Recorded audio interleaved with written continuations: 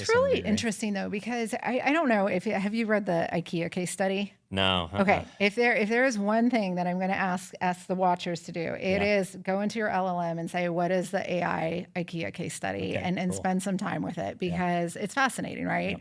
I mean, it's not too dissimilar. And Kenny Tomlin always talks about this to our staff, of what everyone thought was going to happen when ATMs came out, right? It's like, oh my gosh, all of these bank tellers, like, they're going to go away. There's never going to be bank tellers. No one's going to walk into these banks anymore, to brick and mortar banks. And that's not what happened. The ATM served its purpose, but what the smart, banks really did was they elevated those bankers to be selling different products and services, right? They went into financial planning, they went into investments, they went into retirements, they went into a lot of different things that really just increased, the value of what banks were providing, which obviously equates to revenues.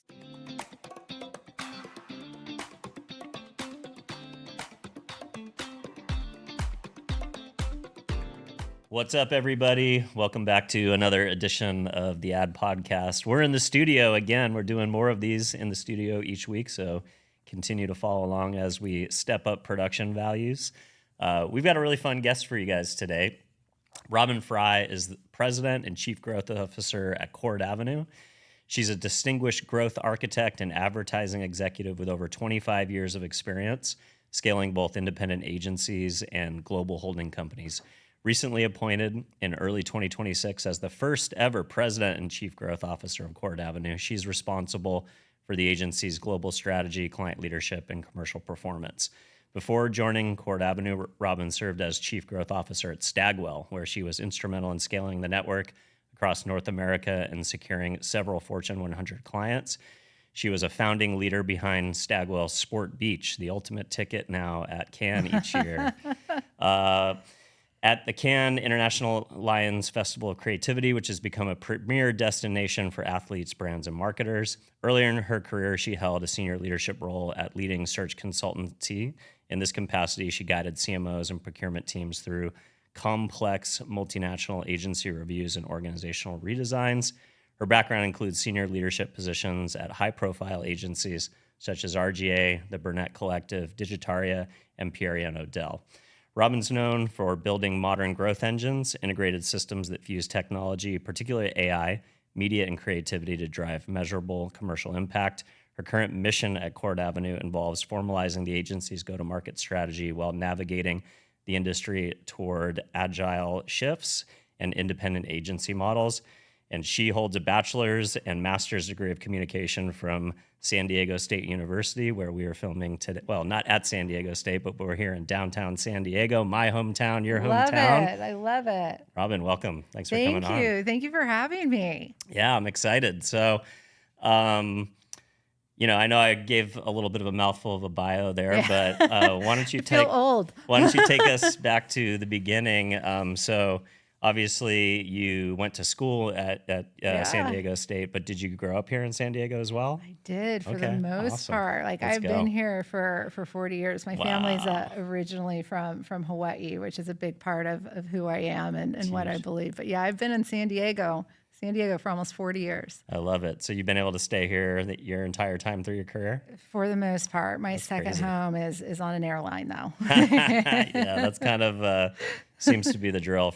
I've been here for 10 years on and off, and my wife's fifth generation San Diego, so kind of the same background. And I think we always knew we wanted to be back here at some point for the lifestyle. Great place to come home to. Yeah, we did 10 years in LA. That was kind of our, establishing ourselves in our career. But as soon as we had the chance to come down here and, do work from home before it was cool, all that stuff. Yeah, I was part of that generation. I love it. So you went to San Diego State, and then I think we talked a little bit about how you got into the industry, but it was kind of a serendipitous meeting while being a bartender or something like that. Oh my God. Was that right? Yeah, I forgot I told you that story. Yeah, I kind of feel like I owe my entire career to TGI Fridays. Wow, I know that's good. kind of funny to say, but I was, getting my undergrad at San Diego State. I was kind of doing the math, and it was almost 25 years ago to this date. Wow. Or to say this week. And I was, graduating and, looking for a job, looking for an internship. And I was, bartending, and a group of businessmen came in, and I kind of had figured out the bigger the check, the bigger the tip. So I kept upselling and upselling and upselling. And when I dropped the check, this gentleman looked at me and he said, "You really should be in sales." Wow. I said, "Hire me." And he gave me his business card, and I followed up with him, and he ended up being the CEO of Campbell Mithun, which was a pretty large agency back in the day. Huge auto agency. Huge auto agency. I remember Casey Herbis from Rocket. Yes, now at yes, MGM love Bet. I know he Casey. started Shout there out to too, Casey. Right? Yeah, good guy. And he said, "Come in and I'll give you an internship." It was for $5.25 an hour, which was just a lot of money. And the internship was in a new business department. And for better or for worse, I have stayed in this industry the whole entire time. Wow, on the growth side or the on the growth side, I like, went to the search consultant side of the business, which was really fun. But I just love this business. Yeah, this you're the business first person I've ever met that spent time as a search consultant as well, who's gone from both the agency growth or business development side and then over to search consultant. So that was so fun. Excited to learn more about that. Yeah, we can dig right in if you want. Yeah, sure. We'll go back to kind of your early career, but yeah, if you don't mind, search consultants are always these like elusive mythical creatures that you hear about that are wield a lot of power and kind of helping CMOs and procurement departments mainly kind of look at the entire ecosystem of all types of agencies, holding company, smaller holdco, independent, specialty shop, consultancies, production companies. It's really very, lots of options these days. So tell us a little bit about how did you decide to go over to that part of the business, and how do you think that informs how you go to market now with your current role? Oh my gosh, that's such a great question. Well, I was at RGA at the time, and I was on a leadership team overseeing 5 offices, and RGA was such a special time in my career. I always say I got my MBA at RGA. I mean, Barry Waxman, Bob Greenberg. I learned so much from my career just being close to the Nike Fuel Band business, and that's when we were launching the Beats by Dre stuff and the Love Has No Labels campaigns. But if I'm being just really vulnerable, I had just had my daughter, and going back, I'm here in San Diego. I'm overseeing 5 offices. I was always on a plane, but I had become really close with the search consultants at that time. And there was a gentleman by the name of Casey Burnett who had just branched out and started his own search consultancy, but it wasn't really just focused on search. There was a lot of consultancy in the consultancy and really going in and consulting with Fortune, 100 brands, the CMOs, the marketing departments, but also the procurement departments. And so I came on as Casey's vice president to really help him grow and build that business and run, large multinational reviews. The other part of that job, which I absolutely loved, was just getting close to procurement. I don't think a lot of folks on the agency side, and maybe more now so than back in the day when I was on the search consultancy side, but just how important the procurement function is. They're ultimately a lot of the decision makers. They are point, right? They are a significant stakeholder, in the process. But the most fun part was that I got to run reviews and I got to know everyone's secrets, right? I got to see the big holding companies pitch. I got to see all the media agencies pitch. And at the time, and the pendulum was swinging and swinging. It was the rise of the holding companies, but there were a lot of these indie agencies that were punching against their weight, and got to go in and see how Wyden pitched and Ogilvy's of the world and, media agencies, experiential agencies, CRM agencies. So it's really fun. There was a lot of learnings. I got to see how easy it was for agencies to get in the way of themselves, how easy it was for agencies that were so close to winning the business just drop the ball at the last moment. What would you say, are there some key things that you think agencies do wrong during the pitch process that they could learn from and do better? Is there any kind of commonality with those red flag moments that came up? Oh my, there's so many. Wow. There's so many. And when you're sitting there and you're watching it, you're kind of just cringing in your seat and you're like, don't do it. Don't say it. Don't say it. And then the CEO comes on and he says it. You're like, dang it, he said it. But I mean, a couple of things, casting is everything, right? And I think we all know it, but and that's maybe even the bigger trend coming out of it. It's just getting in the way of yourselves. If you've made it this far in the business and you're standing up your team and you have your own agency or you're leading a holding company, you typically know what's right and wrong, and just the little mistakes that you kind of make in the room in terms of pile-ons or not letting the team members talk or talking about too much about yourself I would say would be the other thing. I mean, the countless amount of pitches I was in where you had 90 minutes to present and 45 minutes you're on 50, like slide 52 about the agency. It's like have Not enough that focus one on the slide. client, Like what their that would be problems a piece are, of what the work advice, like is. Yeah. 8 minutes or less, like be done talking about yourself, because it really is about the brands that you're pitching.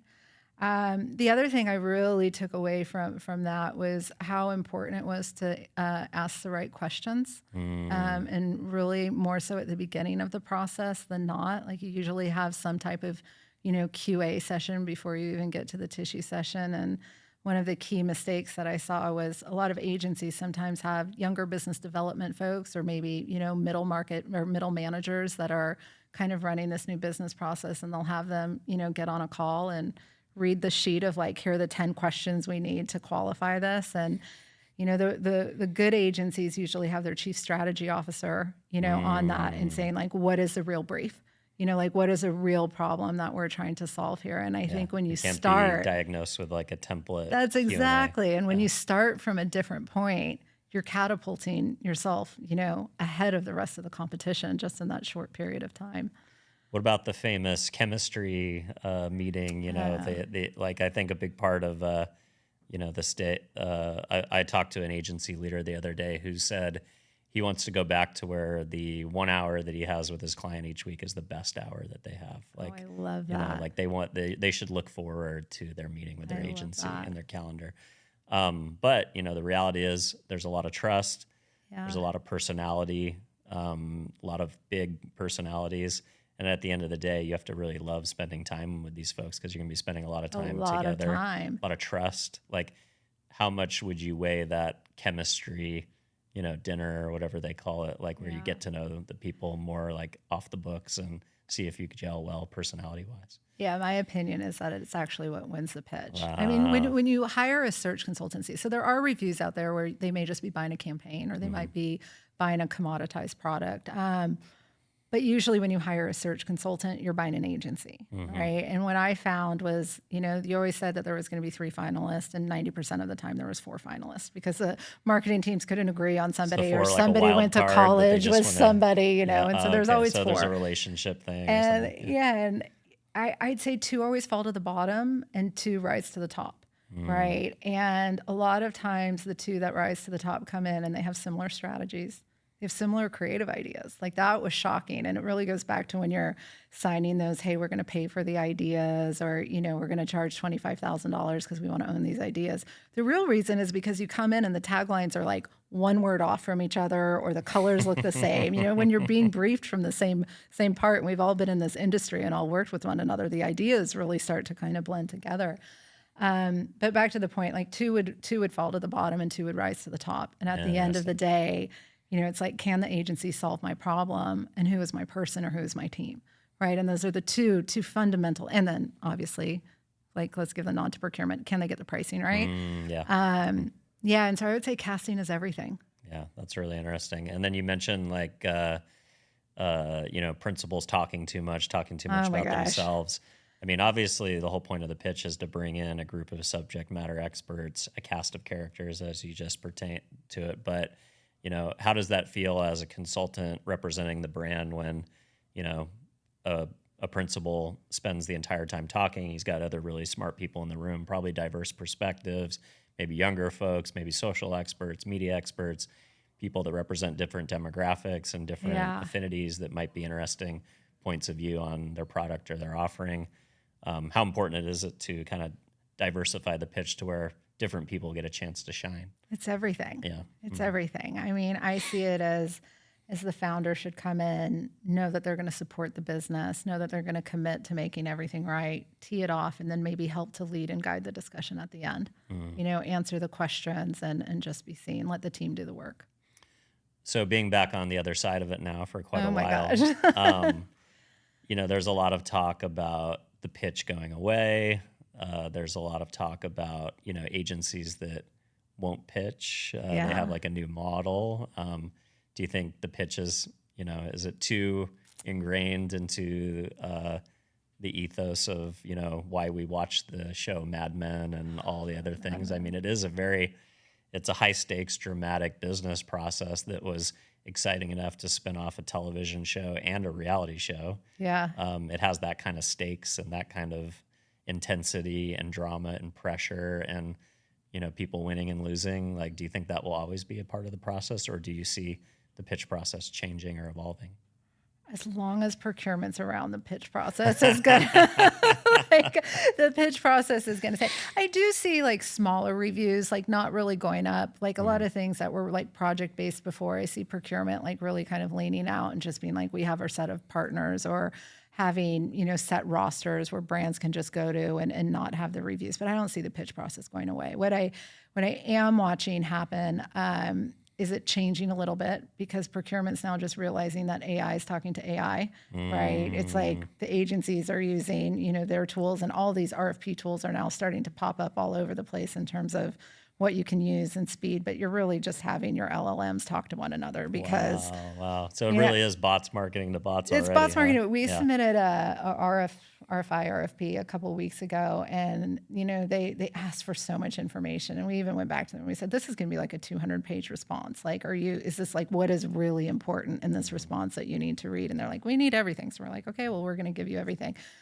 Like the next day, they let us know that we had advanced to the finals, and we knew that there were 6 agencies in this, and that all of them probably submitted 200-page decks. There was no way the full marketing team read 1,200 pages of content overnight. So I don't think it's going to go away. I think agencies are going to get smarter at how they're pitching.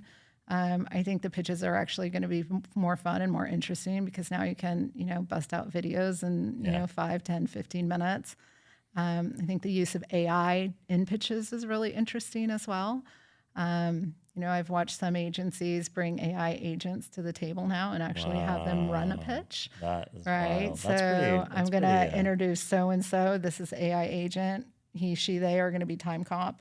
They're going to introduce everybody in the room, so that way we're not spending 30 minutes going around the table being like, keeps and this humans is in check. Bob, and he's the chief, and That's then like funny. just kind of pulling everything together. So I think it's just going to be more fun and more interesting. Yeah, that's awesome. That's the first time I've heard that, but I guess it does make sense to kind of wrangle in some of those variables that you talked about. Like, people talk too long if AI is running the pitch or running the show, so to speak. It's like, Dylan, it's time, stop talking. Or, hey, maybe it's like, let your team answer that question, know? That's pretty amazing.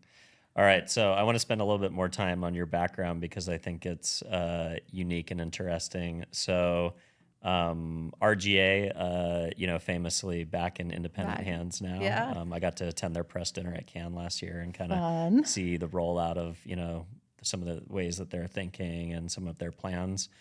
But that's not a unique story.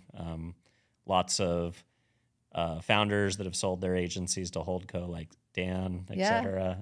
But also these, storied agencies getting kind of spit back out to their original principles. You've got Mike Nyman with ACC and all the interesting things happening on the IPG side, RGA, others. What do you think about the, kind of this re-independentization of traditional agencies that have been in holdcos? It's not a super unique story, but it seems like it's a unique moment in time where it's happening at scale all of a sudden. Yeah, I say good for them. Yeah. Like, I'm having so much fun being on the independent side. The holding company model is broken, right? We all know that. The press is not helping the situation. I recently was talking to a search consultant, and when you're on back to the search consultancy days, like when you're evaluating who you want to put into a review, you try to create a like juxtaposition, right? You want a holding company in there, you want an indie agency in there, you want a specialty agency in there, you want a full service agency in there. So that way the marketing team can really assess what's right for them. And when I was talking with this search consultant, she said, I keep trying to put holding companies in reviews, and the clients are telling me no. Wow. The clients are saying no. There's too much chaos. There's too much churn. They don't know. When you have the trades reporting that WPP is going to be cutting 2/3 of their staff, you're going to try to be putting an agency in there, and is the staff going to be there? And those are questions at a time where the CMO's role is not only transforming, it's also very volatile. Like the average tenure of a CMO now is like 19 months. Yeah, I was going to say 18, 19 months. So they got to come in and they have to know that their agency is going to be, performing. So I say good for them. Yeah. I think we're going to see more of that. I think the holding companies, though, they're not going away.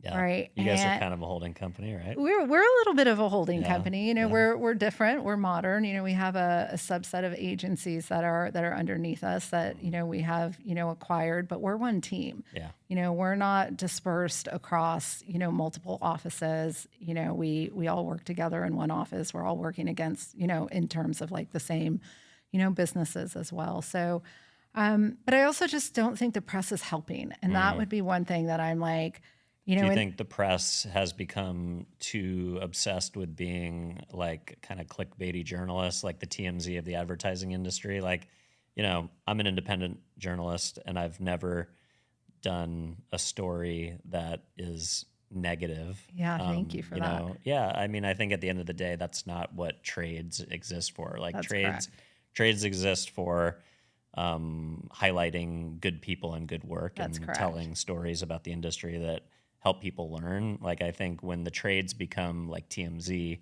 and Yeah. it's about, you know, whose business models are, you know, not transparent or shady or Yeah. who sexually harassed who in the office last week. Like obviously like you want accountability, but I don't know. I feel like a lot of the headlines that I see are very clickbaity these days.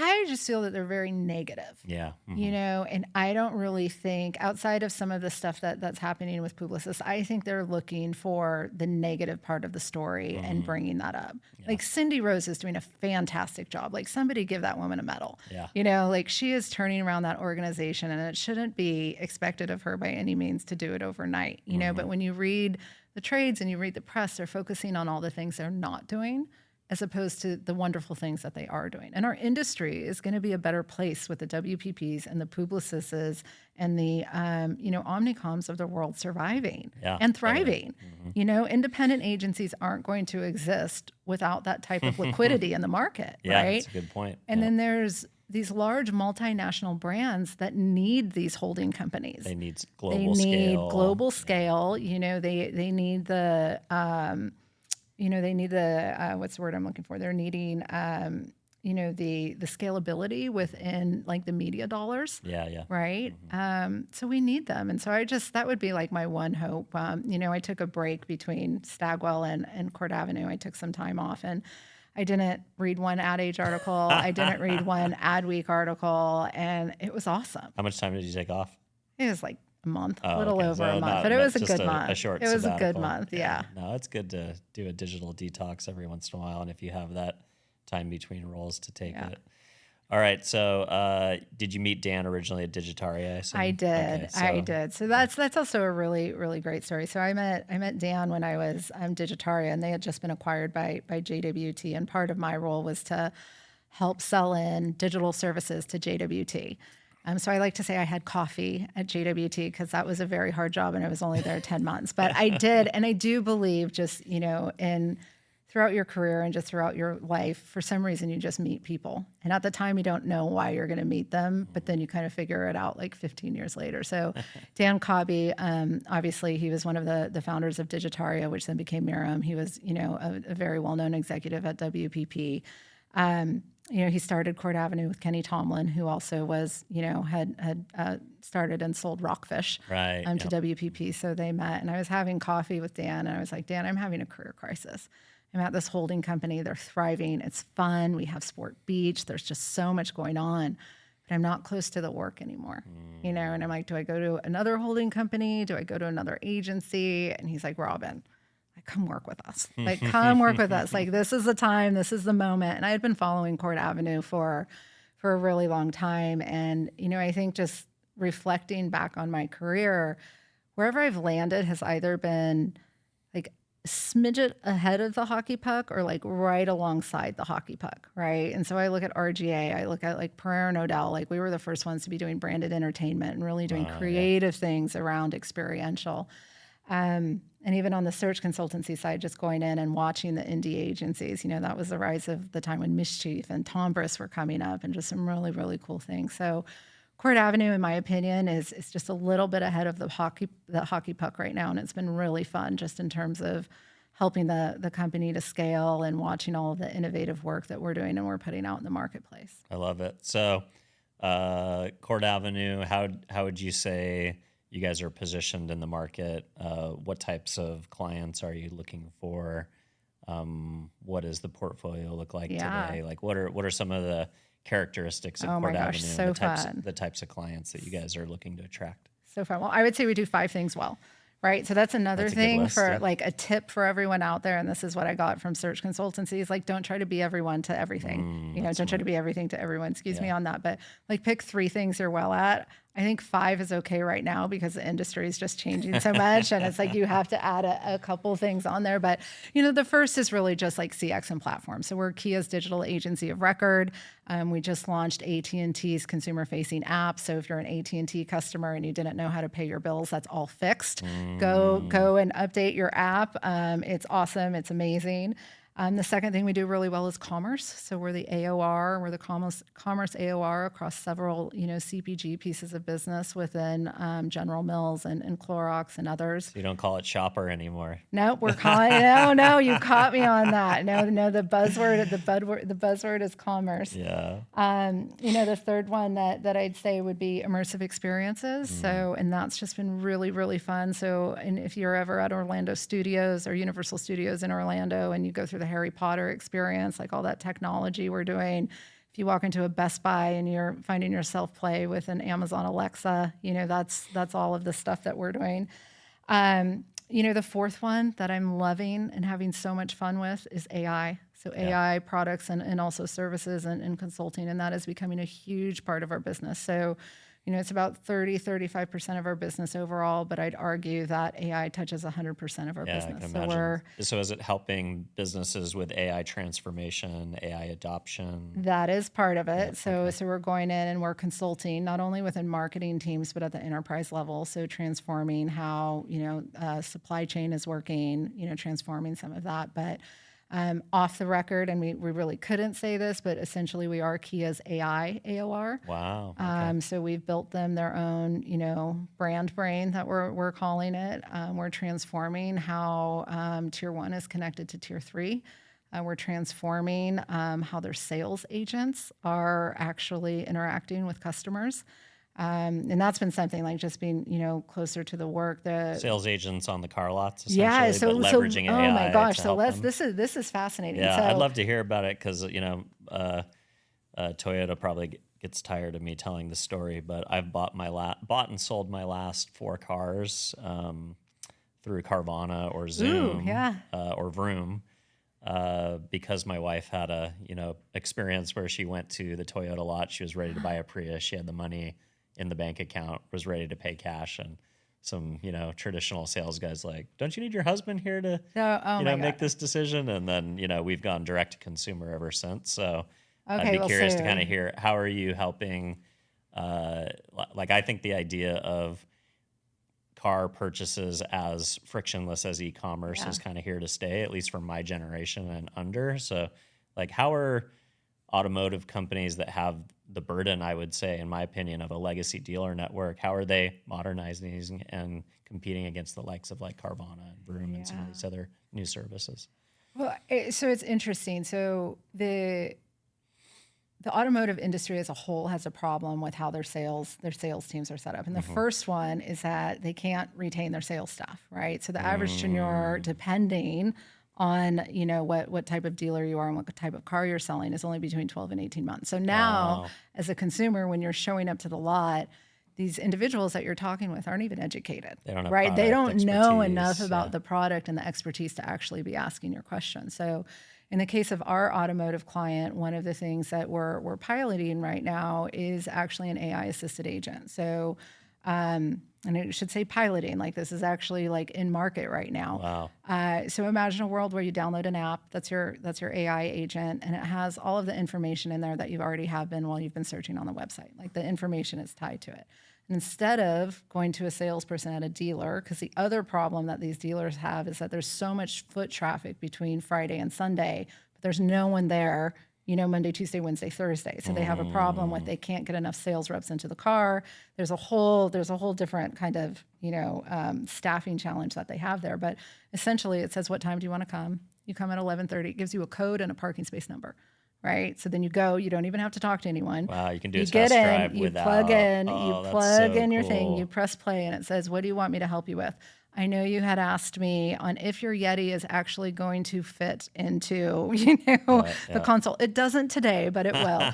That was part of the learnings that we learned. But, and then it says, do you want to go around a corner, or do you want to go, 85 miles an hour on the freeway? Okay, I'm going to take you to the freeway. What other questions do you have about the car? Oh, you want to know how this compares to a Tesla? Let me tell you. Right. But it's trained, obviously, to give the positive benefits of it. And then when you're, a mile, maybe 3 or 4 minutes away from the dealer, it then sends all of the information, all of your questions, and it tells the dealer to actually how to close the deal. Wow, that's really cool. So just thinking about that, but the AI agent is actually capturing a lot of the data. Like, what are the important questions?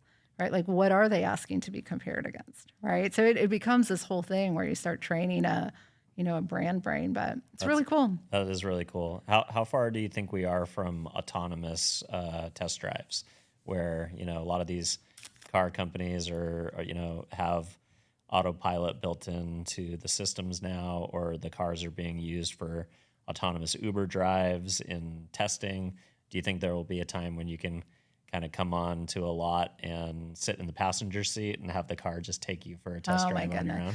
I don't think we're that far. I mean, obviously with the Waymos of the world, I don't think we're that far away from that. I think the adoption is going to be what's the key to that. And we also are finding that, with the AI agents, like not everyone are using LLMs. Like not everyone's there yet. And you still are going to have like the older generations that just aren't interested in it. Interested in it. Yeah. So I mean, I would say, within the next 12 months we'll get there. That's my hypothesis, but I think the adoption rate is going to be the real interesting thing to watch. Do you think, automotive as a data collector, like Samsung and Vizio, the hardware companies have created such a moat with the data that they have based on the fact that you sit in front of a big screen in your living room between 1 and 3 hours every evening, and they've turned those into massive media businesses, massive data businesses. Do you think the automotive industry, the fact that you interface so much with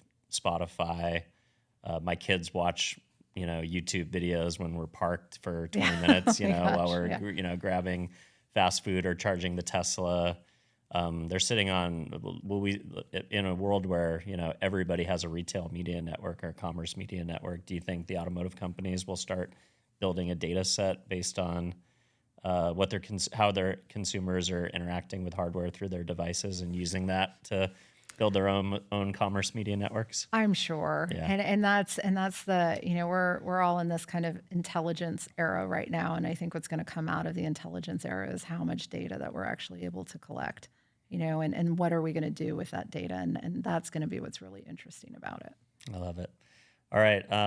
We talked a little bit about AI work that you guys are doing for clients.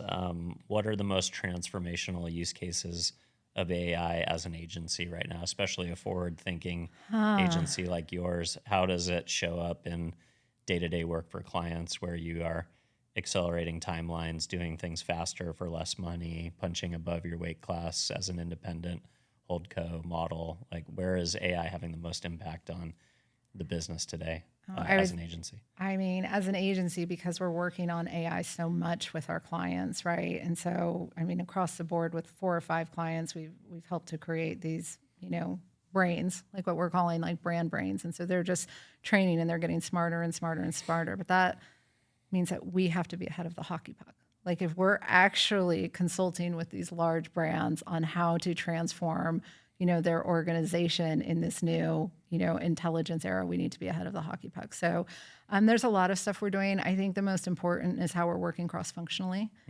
How we're speeding up our processes, how we're thinking of things.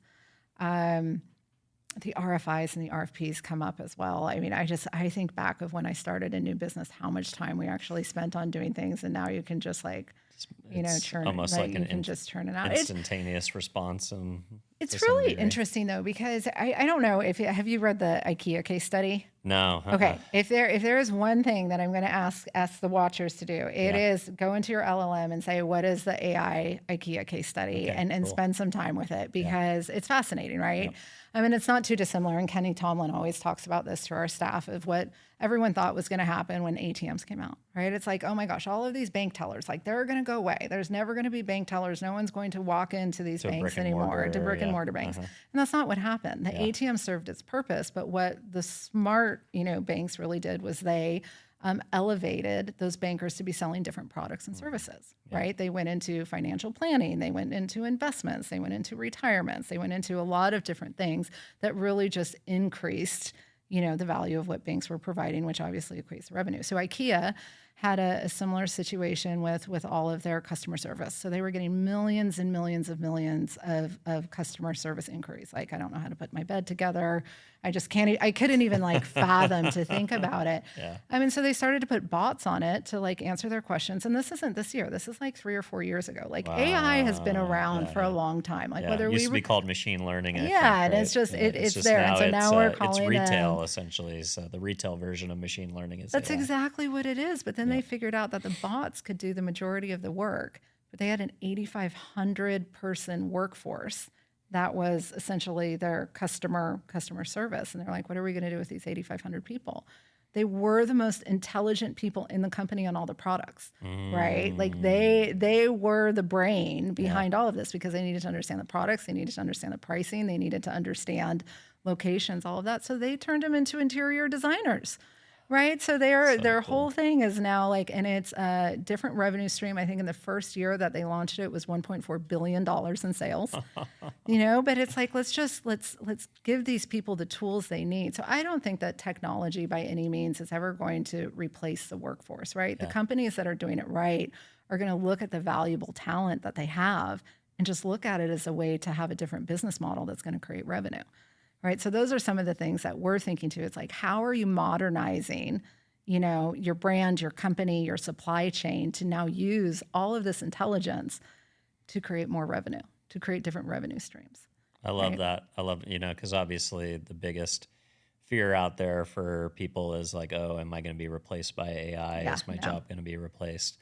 But really it's about upskilling and figuring out how do you get people out of the menial the menial kind of boredom work of repeatable things that you do over and over and over in your job that isn't the deep work, the things that are valuable, things that require creativity and human to human communication and strategic thinking. It's the more, if you can free people up to spend more time on that high level work, how does that impact stuff your that actually organization? drives revenue? Yeah, right. That's interesting.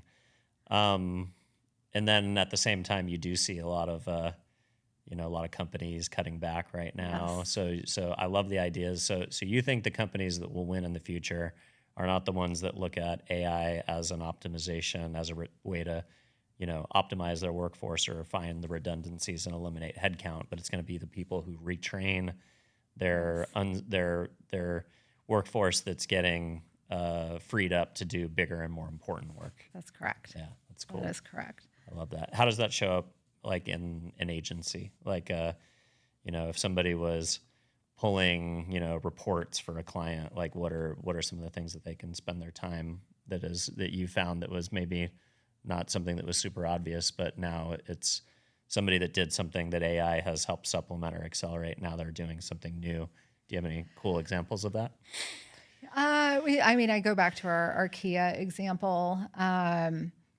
I think a lot of the work that we're doing for a major retailer. So another one of the problems that we're trying to solve. So if you think about, I don't know, do you get your groceries online? Do you get, so it's interesting. So we went through the whole, gamut of COVID. Yeah. Instacart is the greatest thing that ever existed. As a parent, with young kids, you don't want to take a bunch of screaming babies to the grocery store and they beg you for candy, and then all the impulse shopping that you get when you take a bunch of kids. So we were all in on Instacart for a while, especially during COVID when everybody was, right? And then I think my wife just opened up the bill one day and figured out this like, is wow, insane. like I'm actually paying like they gave it away in the early days to get people to adopt it, but it's like mission creep. Like with anything else, you get the email, your Netflix has gone up by $2, Oh my right? gosh.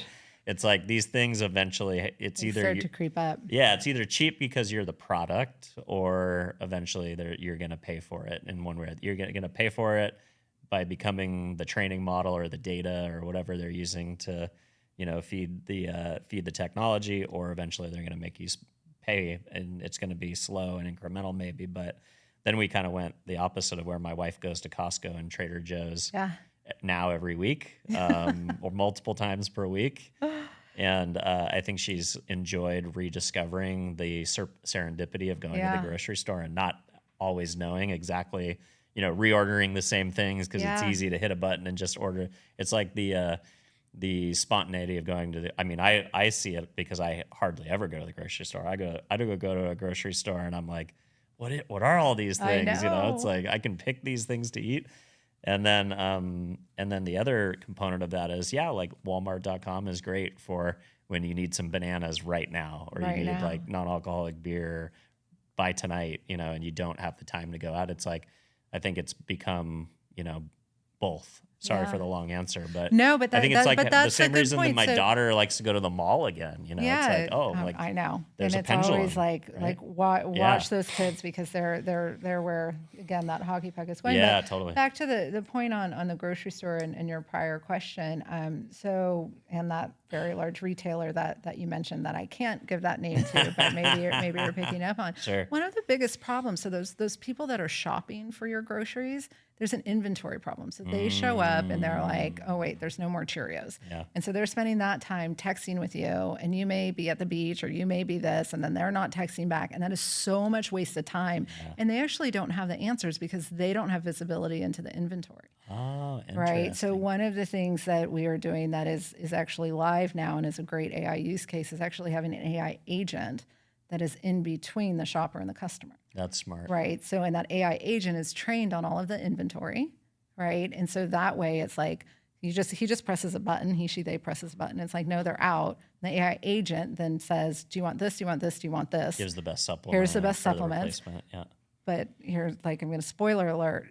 We're upselling, right? Like we're upselling. Like, do you want this? That's 10 cents more, or how about this one? That's just 5 cents more. And people could always like, I feel like God. there could be a whole Instagram page or something dedicated to like, I ordered this, but here's what actually showed up. And I approved it. But what that is doing is just giving the shopper more time to complete more purchases. Yep. Right. And their revenue stream as an individual is based off of tips. Right. So if now you can do 15 shops in this period of 4 hours as opposed to 10 shops, you're also making more money. So it's all a win-win-win scenario, So I just think, and that was the question about your efficiencies, like that would be my guidance to brands, to companies. Like, yes, there are efficiency plays, but like go beyond that brief, especially if you're in procurement, because this is an opportunity to revolutionize your business, create new revenue streams, have employees be passionate about their work.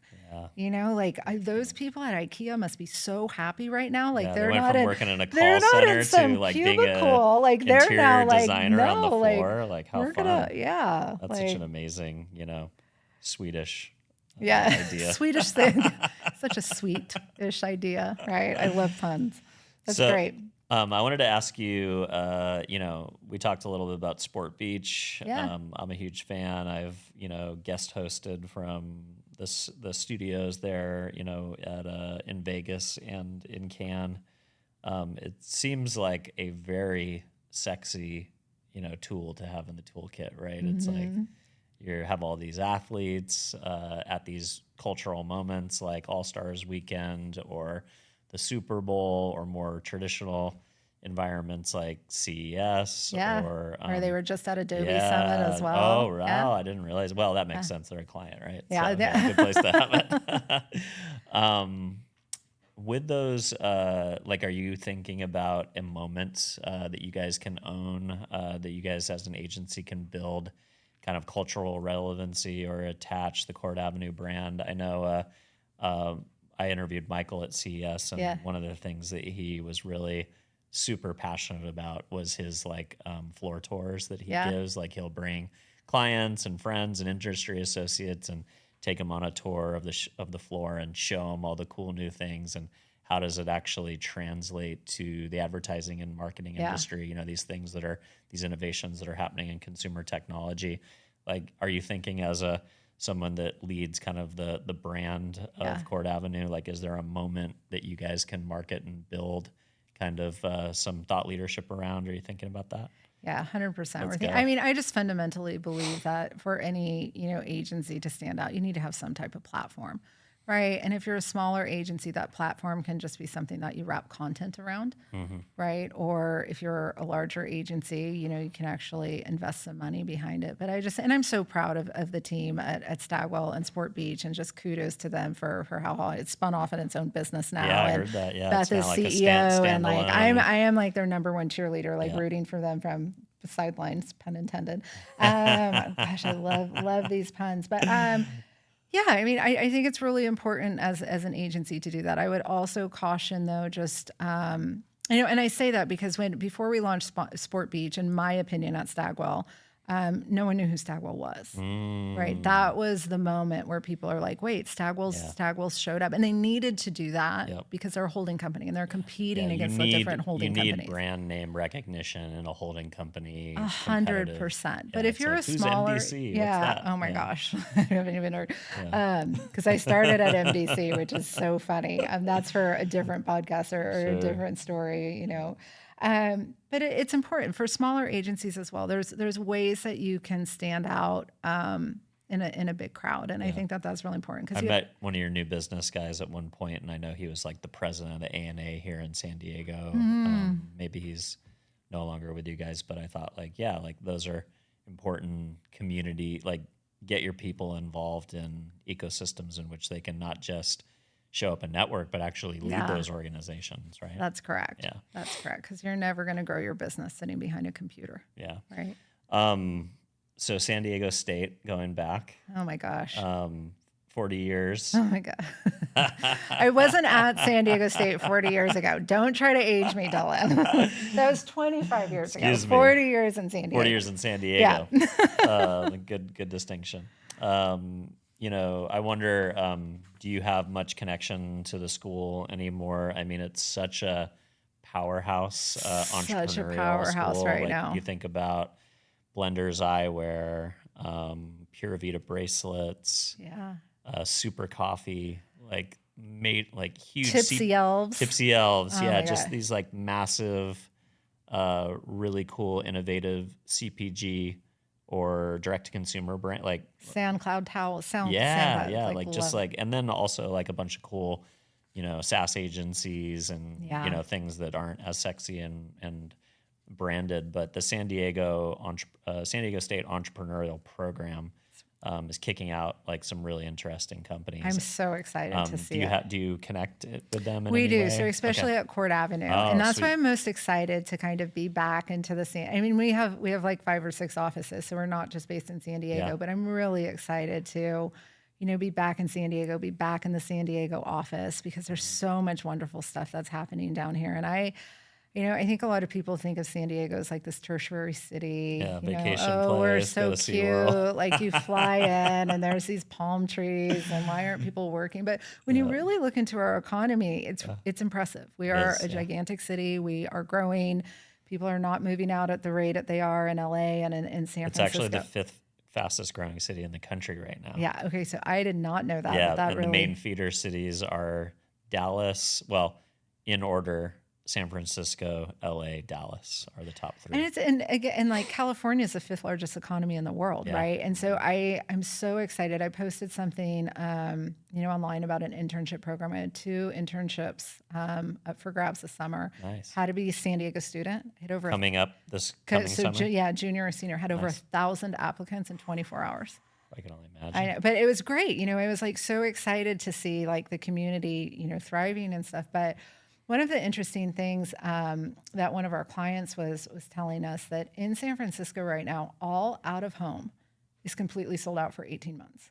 And that's from all the That's all the startups AI and the stuff, AI right? stuff and all the companies you've never heard of, but you have to buy those boards. You have to buy those so the ads, and that CEOs see makes them me on their drive really home. happy, because what's happening in San Francisco, I've always noticed that San Diego is like really close to follow. So when, San Francisco was having the tech boom, there was a lot of energy and a lot of great things happening in San Diego. So I think we're going to have a powerful next, 5 years in terms of entrepreneurship, innovation, a lot of brands coming out of our economy. Yeah. I was also thinking of like how much that we've been known as this like kind of biotech town for a long time, which is great. It's good to have your like sectors, but then, then you also have like Viore and Cutwater and June Shine and Ballast Point Stone and Brewing. Stone Brewing. Didn't Stone just sell to? They did, but it was Firestone Walker, I think. It was one of. I know they sold from Sapporo. Yeah. I just heard that. Yeah. Yeah. That was super interesting. But lots of. I think San Diego has the most microbreweries of anywhere in the country now. Yeah. They actually beat out Portland for. That's great. So like we have a pretty thriving like alcohol and sportswear. Manscaped up in Carlsbad. Yeah, I love like Manscaped. Had their Super Bowl ad this year. Yeah. I lost that pitch, by the way. Oh, I know. It was my last pitch at Stagwell that I did. But I love Henry. I love their marketing team. I'm so excited of all the cool stuff that they're doing. So I was really excited to see them. I love it. Are you are you cultivating? Are you cultivating more relationships in San Diego and Southern California, or do you still have to, like you said, get on a plane every week? I'm still getting on a plane. We're not there. We're not there yet, right? Yeah. We're not there yet. But we do have clients in San Diego. We do have clients in Southern California. Epson, Kia. But a big bulk of our business is in the Midwest. But I love that because we understand Midwest culture. Yeah. Right. And that is a niche for an agency in itself. I've always said this, and this goes back to the search consultancy days. I was running a very large automotive account, automotive review, and the clients kept saying, because they were in Jersey, and they kept saying, we need a New York agency. We need a New York agency. I'm like, do you understand that no one in New York drives? Do you know what I mean? Like, we just talked about how you want people on your business that understand the product, and there's not one person in this agency or in this room that actually owns a car right now. So I love that, we have a lot of business in the Midwest, and I think that's really important, especially as inflation is coming. Yeah. I think just posted something online that I paid $6.69 for gas the other day. Yeah, don't tell me about it. I have a diesel. And, oh no, diesel's being affected even worse right now. It's like I bought this diesel truck thought that I would be getting longer gas mileage on it, better affordability, and Well, if you want to buy IKEA, I can have you download an app. Let's go. You can tell your wife she can just go pick up the car. I love it. So yeah, I wanted to kind of sit on that Midwestern, idea a little bit. We've obviously gone through a new political cycle. We're in a world where there's maybe a little bit of, animosity between like the West Coast, East Coast, coastal elite behavior, I suppose, or whatever you want to call it. But do you think it's important that an agency does have some feet on the grass, so to speak, and understand they understand hey, there's this huge chunk of people who live between Los Angeles and New York, and they buy a lot of things too. Yeah. And you need to kind of understand, we've obviously seen some marketing campaigns crash and burn because they completely were tone deaf. Cracker Barrel. You go back to the really contentious stuff like Bud Light, which and was a lot of people were a lot of people were pretty at least puzzled, I would say, by the Jaguar rebrand. That got a lot of bad, not horrible. They didn't quite get into cancel territory, but people definitely were there's no Jaguars in this spot. It's this is a prestige brand from England of known as kind of an old man's button up car. It's not it definitely seemed like it maybe missed the mark on who their core consumer is a little bit, but how important it is to have a little bit of more grounding and looking at the U.S. market as a whole versus kind of the trendy places of New York and L.A. where all of culture emanates from. It is so important. And just coming out of Stagwell, obviously their leadership team has spent a lot of time in politics, right? With Mark Penn's background and all of that. And that is one of the things that I will always, take to heart, and something that I learned from Stagwell is how fascinating politics and political advertising and how important research is, and not only research, but like research in the moment. So, our nation's divided. Yeah. Right? Like our nation is divided, and all brands need to realize that. And what they're going to market with needs to be, very thoughtful, research, tested, all of that wonderful stuff, because chances are it's easier to alienate your core customer than it is not. Yeah. No, I love it. I love it. Well, we're coming to the end of the show. I wanted to give you a little gift here. This Oh is my goodness. Lost in Los Angeles guide. So next time you're in LA, so much. they're one of my clients, a guidebook publisher with a big following on social media. So I can't wait to want to make sure you had a little bit. Time you were in Los Angeles? Oh gosh, Did your wife let you go? yeah. Well, it's interesting. My kids are actresses, models, and goodness. creators now. So my oldest daughter just crossed 40,000 followers on Instagram. She's only 12. Wow. And my 10-year-old was just in she just had her first movie released last weekend on the Hallmark Channel. What? Congratulations. Yeah, thank you. And then she's just starred in some kids brand, some like kids toy brand in Santa Monica yesterday, and then she just booked a gig next week. So they actually can't. So you're going to LA a lot. I go to. Well, my wife goes to LA more than I do now. I feel like because she's kind of the momager. I'll take them every once in a while. It's actually fun when I get to take them, because it's usually an agency that's there, and I get to do a little bit of biz dev on my side, kind of from like the dad perspective. Like talking about Zambezi, the reason that I just did that interview with them is my daughter was in a Beekeeper's Naturals spot for them, and I reconnected with their chief investment officer when I was in the office. But I love LA. I think there was a period of time where I definitely missed, the convenience of being able to like drive, be in LA and drive to all the different things and the networking at night and all that. But San Diego's been such a fun place to raise the kids, and the lifestyle of being able to go surfing, it's the best. Probably go surfing on the way home. It's like there's traffic. We're just going to go to the beach, right? Exactly. It's the best. Exactly. San Diego's the best. Thank you so much for having me. Yeah, Such my a great pleasure. time mixing And then it up. on that note, if folks at home want to connect with you, stay up to date with your thinking, or most importantly, if they want to, connect with the agency, where do you want to send the audience? Just go to my LinkedIn, Robyn Freye, and that's Freye, and I'd love to talk. Amazing. Well, thanks again for coming on. And for everybody at home, if this is the first time you're seeing the show, don't forget to give us a follow or subscribe. A honest review on whatever podcast platform you might be listening on is how we find a larger audience, so do that. And then last but not least, if there's a brand out there, somebody in corporate America that's trying to figure out how to implement AI without losing their workforce, I love that story of upskilling people and figuring out that new way to unleash creativity and productivity within your organization. Don't forget to share the show, and with that, we'll see you all very shortly. Thanks again. Appreciate you coming on. Thank you.